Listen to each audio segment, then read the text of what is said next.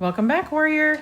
We are reading the Book of Mormon, another testament of Jesus Christ, 1st Nephi, chapter 4 today. This is what we're going to be highlighting. Okay.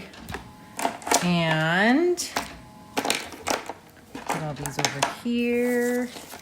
We're highlighting. Okay, and then we decided we're also going to be doing Book of Mormon page titles, okay? So we got to keep all of our things organized today. But you'll see the titles here, so you'll know what is going on. Okay, so here we go. Nephi slays Laban at the Lord's command, and then secures the plates of brass by stratagem. Zorm chooses to join Lehi's family in the wilderness about 600 to 592 BC. Okay, and if you're wondering what that sound is, that is my printer sound going. We're printing a bunch of posters today. All right. So it says, and it came to pass that I spake unto my brethren, saying, let us go up again unto Jerusalem, and let us be faithful in keeping the commandments of the Lord. For behold, he is mightier than Laban and his 50, or he is mightier than Laban and his 50, or even than his tens of thousands. I think he said it in a question, and I totally butchered that. Let me try reading that again. For behold, he is mightier than all the earth. Then why not mightier than Laban and his 50, yea, or even than his tens of thousands? Okay, that's because I totally skipped a line. Hello. Let's pay attention, Linda. That's what happens. Sometimes I end up having to read verses over and over because I am not paying close enough attention. Okay, therefore, let us go up. Let us be strong like unto Moses, for he truly spake unto the waters of the Red Sea, and they divided hither and thither, and our fathers came through out of captivity on dry ground. And the armies of Pharaoh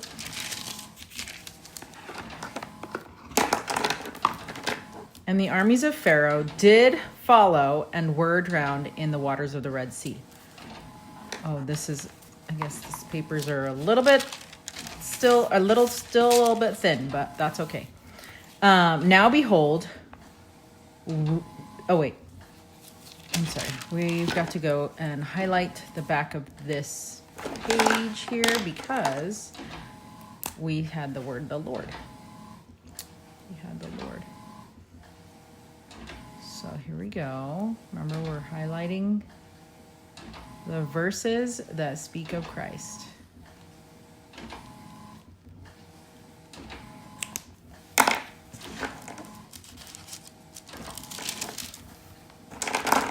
I think I'm going to move these to the top here. All right. Now, behold, ye know that this is true, and ye also know, wherefore can ye doubt? Wait, where am I at? Wherefore can ye doubt? Let us go up. Let us go up. The Lord is able to deliver us, even as our fathers, and to destroy Laban, even as the Egyptians. So I love Nephi's faith here. He just knows that the Lord will provide. And like, what kind of faith do we need for that, right? Now, did you hear that?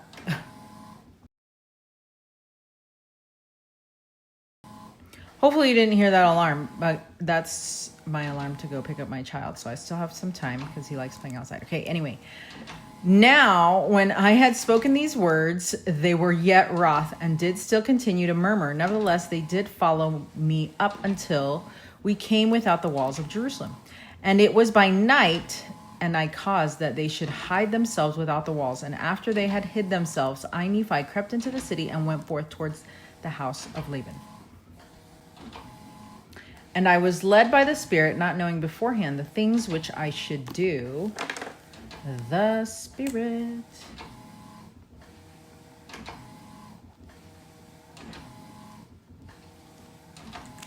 Nevertheless, I went forth, and as I came near unto the house of Laban, I beheld a man, and he had fallen to the earth before me, for he was drunken with wine. That always gets him. And when I came to him, I found that it was Laban, and I beheld his sword And I drew it forth from the sheath thereof, and the hilt thereof was of pure gold, and the workmanship thereof was exceedingly fine. And I saw that the blade thereof was of the most precious steel. And it came to pass that I was constrained by the Spirit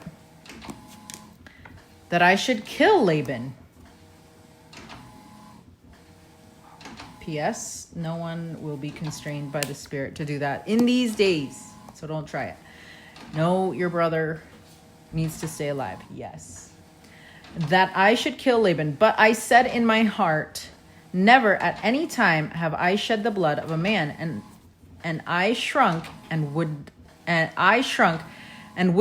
I might not slay him. Yeah. And the Spirit said unto me again, behold, the Lord hath delivered him into thy hands. Okay, so we have the Spirit over here.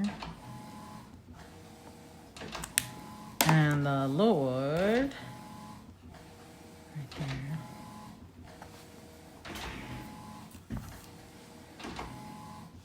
Okay, yea, and I also knew that he had sought to take away mine own life, yea, and he would not hearken unto the commandments of the Lord.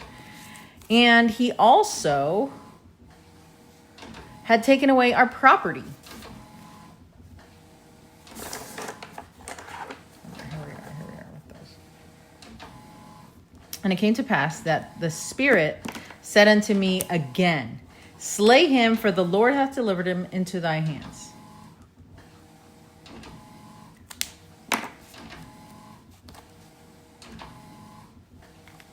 Behold, the Lord slayeth the wicked to bring forth his righteous purposes. It is better that one man should perish than that a nation should dwindle and perish in unbelief. We got that alarm going one more time for us. Okay.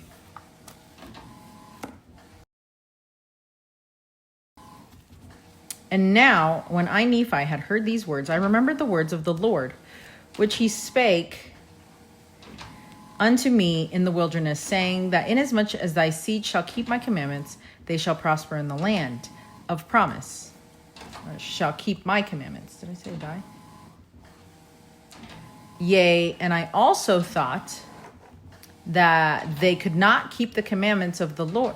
Yea, and I also thought that they could not keep the commandments of the Lord according to the law of Moses, save they should have the law. And I also knew that the law was engraven upon the plates of brass. And again, I knew that the Lord had delivered Laban into my hands for this cause, that I might obtain the records according to his commandments. Therefore, I did obey the voice of the Spirit and took Laban by the hair of the head.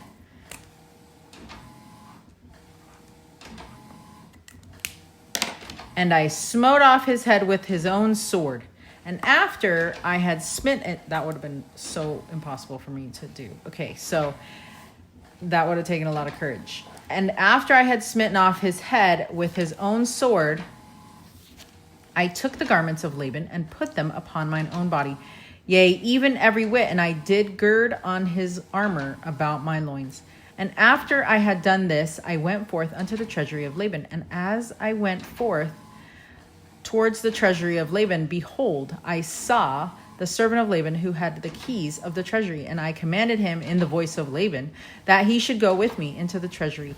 And he supposed me to be his master, Laban, for he beheld the garments and also the sword girded about my loins. And he spake unto me concerning the elders of the Jews. He knowing that his master Laban had been out by night among them. And I spake unto him as if it had been Laban. And I also spake unto him that I should carry the engravings which were upon the plates of brass to my elder brethren who were without the walls. And I also bade him that he should follow me. And he, supposing that I spake of the brethren of the church, and that I was truly that Laban whom I had slain, wherefore he did follow me. And he did spake unto me many times. And he spake unto me many times concerning the elders of the Jews, as I went forth unto my brethren who were without the walls. And it came to pass that when Laman saw or when Laban saw me, he was exceedingly frightened, and also Lemuel and Sam, and they fled from before my presence. For they supposed it was Laban. And that must have been like such an awesome like experience for them. That finally he was causing them fear instead of them trying to cause poor Nephi fear, and because they abused him so much. Anyway, that must have been a really good moment for him. For they supposed it was Laban, and that he had slain me and had sought to take away their lives also.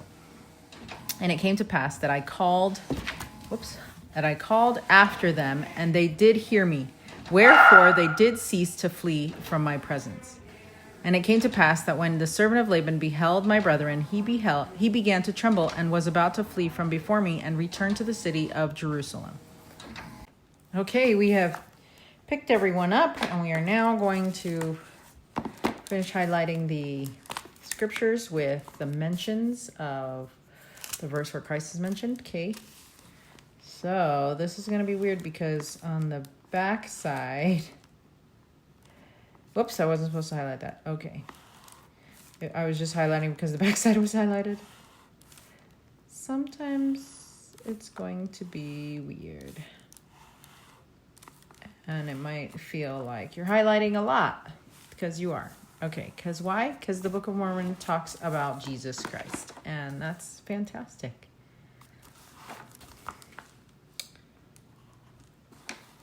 But it is something that can get confusing when you're going to be reading. Oh, I'm like, where's my glasses?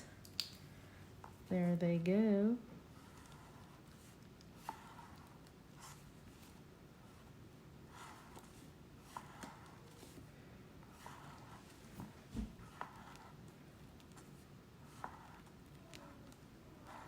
Also, by the way, I ran out of ink, so that's why you don't hear my printer. I'm printing some posters, but on my large format printer, which is new, by the way, and I'm so excited about it, but I ran out of ink. I guess the promotional or introductory cartridge did not have as much as like a normal cartridge, so I have to wait to finish printing tomorrow.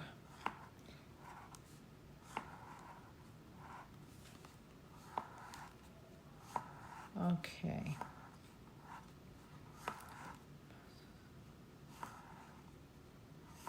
Okay. I wonder if we do this a little different, if we would do this quicker. Oh, you weren't even seeing my highlighting down here. Okay, there I did. Right there. It's hard because I'm like using my eyes to highlight and not the video to highlight. But obviously I need to use the video to highlight. Okay. So here we go. And after he smote off his head. Okay. And after I had done this, I went forth unto the treasury of Laban. And as I went forth towards the treasury of Laban, behold, I saw the servant of... Oh, okay. Hold on. We read all that. Okay. Sought to take away their lives, and it came to pass, I called after them, and they did hear me, wherefore they did cease to flee from my presence. So this was their brothers. Their brothers, Laban and Lemuel, were coming. And it came to pass that when the servant of Laban beheld my brethren, he began to tremble, and was about to flee from before me, and returned to the city of Jerusalem. And now I, Nephi, being a man large in stature, and also having received much strength of the Lord, of course. Therefore I did seize upon the servant of Laban, and held him that he should not flee. So that is awesome. Okay, and it came to pass that I spake with him that if he would hearken unto my words, as the Lord liveth, and as I live, even so, if he would hearken unto the words, we would spare his life. All right, that's great, because you do not want to die. He was not looking to die. Wouldn't that be so funny to be like that guy, and you think you're talking to somebody, and then the next minute you're like, oh, talking to the enemy. Like, that's like what they would have thought, right?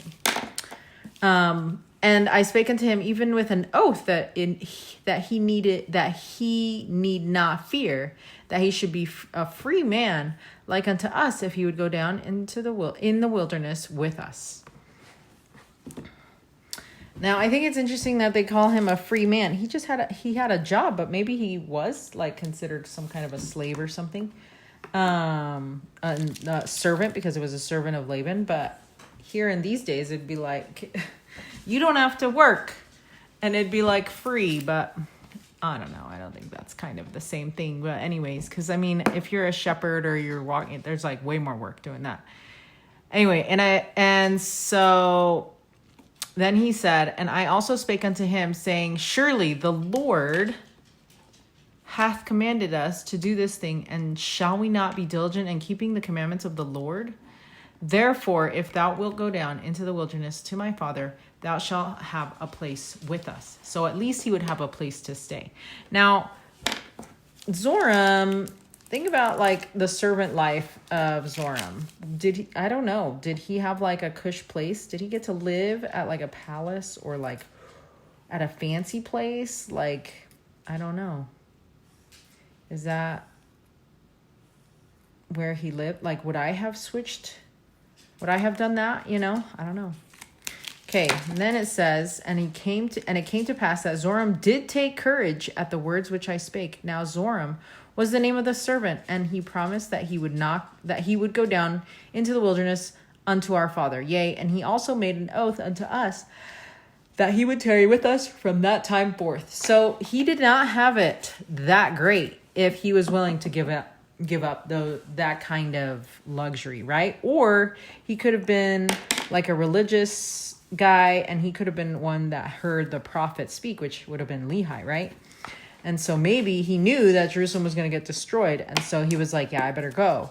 But that means that he did believe in the words of the Lord. And here, when we're talking about the Lord and Nephi's mentioning the Lord, then that means that he would have wanted that for himself, right? So anyway, I'm like, how did he just leave? Like, get up and leave like such a nice place. Like, honestly, he probably had room and board, and he probably had food, and didn't have to worry too much about stuff, and just had to go back and forth and be like a secretary to Laban. Who knows what that servant was, but it seemed like at least Laban trusted him enough to give him access to a bunch of stuff. So he probably did have it kind of nice. So but that speaks volumes of Zoram, I think, in the kind of man that he was, Okay, now we were desirous that he should tarry with us for this cause, that the Jews might not know concerning our flight into the wilderness, lest they should pursue us and destroy us. Okay, so now now Zoram needs to decide if he's just going to leave everything right there. Like, he's not even bringing his stuff. And it came to pass that when Zoram had made an oath unto us, our fears did cease concerning him. And it came to pass that we took the plates of brass and the servant of Laban, and departed into the wilderness, and journeyed unto the tent of our father. What? How? I'm still shocked that he just like got up and left, just without anything. He must have not liked it. You know how some of us don't like our jobs, and but we would take the first opportunity to leave? Well, that's what Zoram was. I think he was just done with his job. So, okay. I think that's it for chapter 4. We're going to write now on the top here the different things that it says. Okay, so page 8. So we're going to look for 8 right here. It says third attempt to get the plates. Okay, so we're going to write third attempt to get the plates. Okay. Then number 9, we have Zoram joins Nephi and his brothers. Okay. Ooh, do you think that's going to be 2 lines or 1? I don't know. Let's try for 2 lines. Zoram joins Nephi. Okay. And his brothers. Okay, so then, okay, so we'll save this one because I think this is going to be chapter 5, verse 10. Right here, Lehi reads the plates. Okay, so yeah, that goes with chapter 5, so we don't need to worry about that one. All right, well, that is it for today. Until 1 Nephi chapter 5. Stay strong, warrior.